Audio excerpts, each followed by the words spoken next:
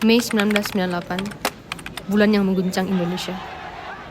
Kerusuhan, protes dan perubahan yang besar telah terjadi dan mengubah Indonesia.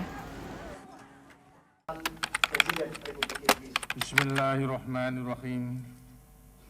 Sebagai Presiden terpilih berdasarkan ketetapan MPR RI nomor 4 garis miring. Pada akhir 90-an, Indonesia dipimpin oleh Presiden Soeharto yang sudah berkuasa lebih dari 30 tahun. Meskipun ekonomi Indonesia sempat berkembang pesat, namun ketidakpuasan masyarakat tetap terasa. Krisis ekonomi Asia yang dimulai pada 97 semakin memperburuk keadaan dan banyak rakyat yang merasakan penderitaan.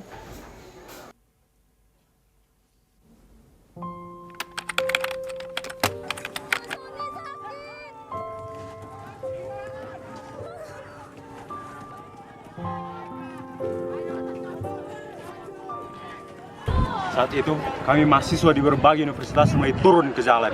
Kami minta Presiden Soeharto untuk mundur karena pemerintahan yang otoriter dan korupsi yang merajalela. Protes ini bukan dilakukan oleh mahasiswa saja, tetapi seluruh rakyat Indonesia yang menuntut Indonesia lebih baik dan bebas dari korupsi. Turunkan Soeharto!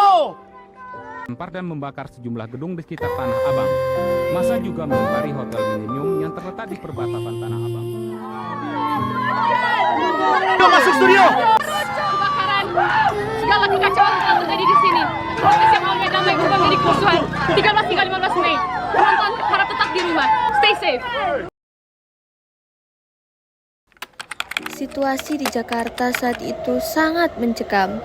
Kekerasan tidak terhindarkan dan banyak orang yang kehilangan nyawa. Tidak hanya itu, beberapa etnis, terutama Tionghoa, menjadi sasaran diskriminasi dan kekerasan yang sangat parah.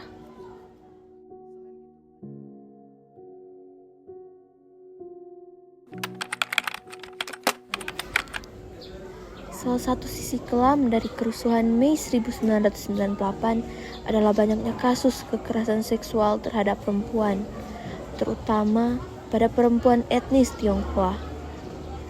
Tragedi ini adalah salah satu bagian yang sulit dilupakan.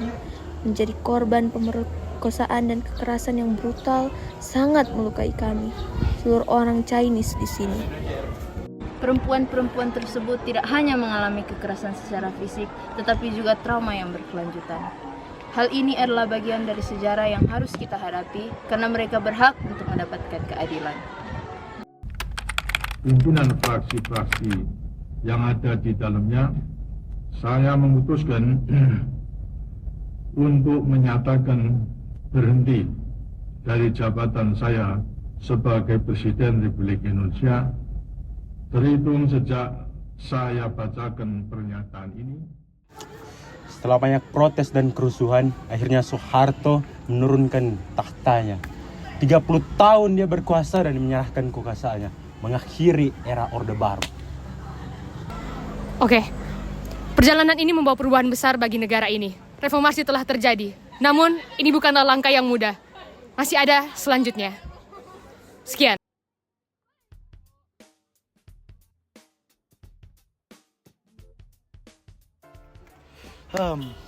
Sungguh kelamnya tragedi 98 ini.